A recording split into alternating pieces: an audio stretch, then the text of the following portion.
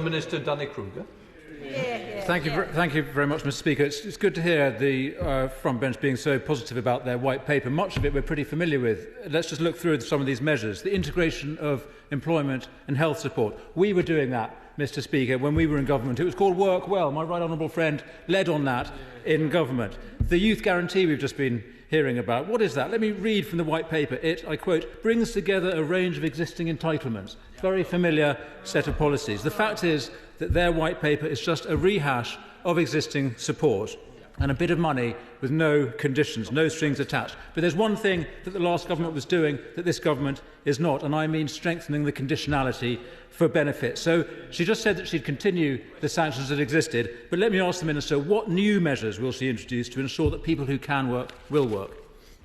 Secretary of State. Well, Mr. Speaker, I'm not really sure quite where to start with that. If his programmes had been so successful, why have we got a record 2.8 million people out of work due to long-term health problems? 1 million young people not in education, employment and training. I love the 15 Work Well pilots, but we want to join up health, work and skills support in every corner of the country, not just a few pages.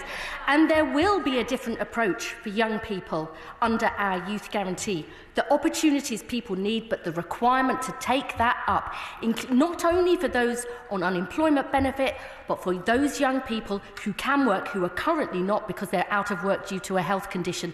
That's the difference a Labour government makes. Work for those who can and proper opportunities to do so. Danny Kruger. Well, I applaud that soundbite, Mr. Speaker, but we didn't hear about any new measures that are going to be introduced, no additional new sanctions that we need. And she talks about what the last government was doing. Well, what we were doing was reforming the work capability assessment, and the OBR said that our reforms would have seen 400,000 fewer people on long-term sickness benefits, saving £5.4 billion over this Parliament. Now, Labour have paused that work while they hold a review. Mr. Speaker, they've had 14 years. I don't know what they've been doing, planning for government. Not very much, it looks like. Now, my question, they had all that time. What were they doing?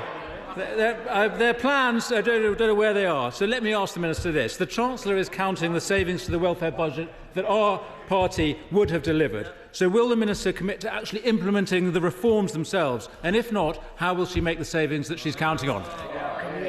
Mr. Speaker, he's laughing at his own chutzpah there, which is very welcome. I mean, I'm very happy to talk about the last 14 years, but let me say this.